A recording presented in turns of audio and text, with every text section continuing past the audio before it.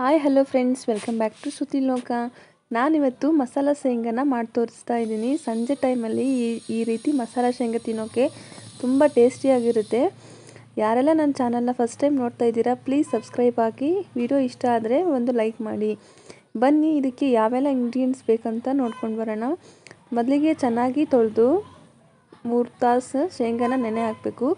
ಅದಾದ ನಂತರ ಕುಕ್ಕರಲ್ಲಿ 3 ವಿಸಿಲ್ ಹೊಡಿಸ್ಬೇಕು.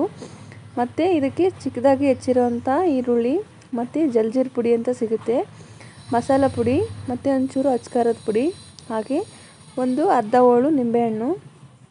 ಇದಿಷ್ಟು ತಗೊಂಡು ವಿಸಿಲ್ ಹೊಡಿಸಿರೋಂಥ ಶೇಂಗಕ್ಕೆ ಸ್ವಲ್ಪ ಉಪ್ಪು, ಹಸಿ ಈರುಳ್ಳಿನ ಹಾಕಿ ಒಂಚೂರು ಮಸಾಲ ಪುಡಿನ ಹಾಕಿ ಅಚ್ಕಾರದ ಪುಡಿನ ಹಾಕಬೇಕು. ಅದಾದ ನಂತರ ನಿಮಗೆ ಎಷ್ಟು ಹುಳಿ ಇರುತ್ತೆ, ಅದು ಜಲ್ಜೀರ ಪುಡಿ ಅಂದರೆ ಹುಳಿ ಥರ ಬರುತ್ತೆ, ಅದು ಒಂಥರ ಮಸಾಲ ಟೇಸ್ಟ್ ಕೂಡ ಕೊಡುತ್ತೆ. ನಿಮಗೆ ಎಷ್ಟು ಬೇಕೋ ಅಷ್ಟು ಟೇಸ್ಟಿಗೆ ಹಾಕ್ಕೊಂಡು ಸ್ವಲ್ಪ ಹಸಿ ಕೊಬ್ಬರಿ ಮತ್ತು ಕೊತ್ತಂಬರಿನ ಮೇಲೆ ಉದುರಿಸಿದರೆ ನಿಮಗೆ ಬೇಕಾಗಿರೋ ಅಂಥ ಮಸಾಲ ಶೇಂಗಾ ಸಂಜೆ ಟೈಮಲ್ಲಂತೂ ಸೂಪರಾಗಿ ಟೇಸ್ಟ್ ಕೊಡುತ್ತೆ. ಒಂದು ಸಲ ಟ್ರೈ ಮಾಡಿ. Thank you.